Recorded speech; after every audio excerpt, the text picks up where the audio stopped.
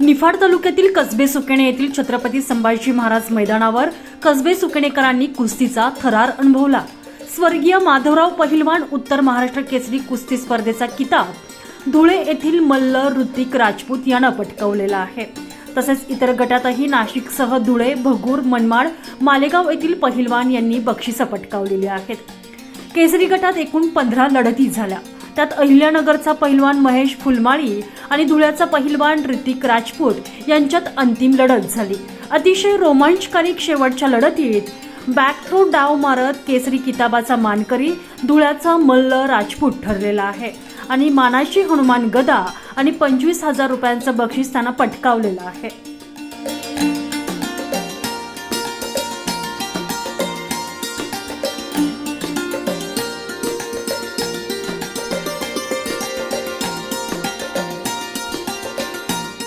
छत्रपती शिवाजी महाराज सांस्कृतिक कला क्रीडा मंडळ आणि सुंदरी क्रिकेट क्लब यांच्या वतीनं यंदाही कसबे सुकेणेत उत्तर महाराष्ट्र स्तरावर कुस्ती स्पर्धा संपन्न झाल्या। यंदा निफाड तालुक्यावर अतिवृष्टी नैसर्गिक आपत्ती आल्यानं यंदा क्रीडा महोत्सव न भरवण्याचा निर्णय संयोजकांनी घेतला। खंड पडू नये म्हणून केवळ कुस्ती स्पर्धा भरवण्यात आली।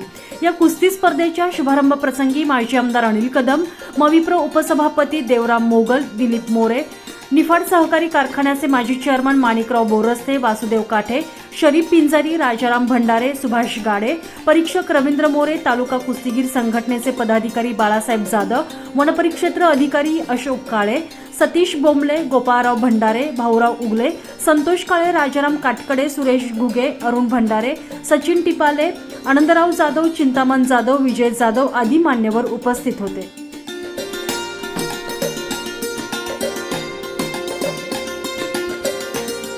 दरम्यान या कुस्ती स्पर्धेचे प्रास्ताविक बाळासाहेब जाधव यांनी केले तर स्वागत छगन जाधव यांनी केले।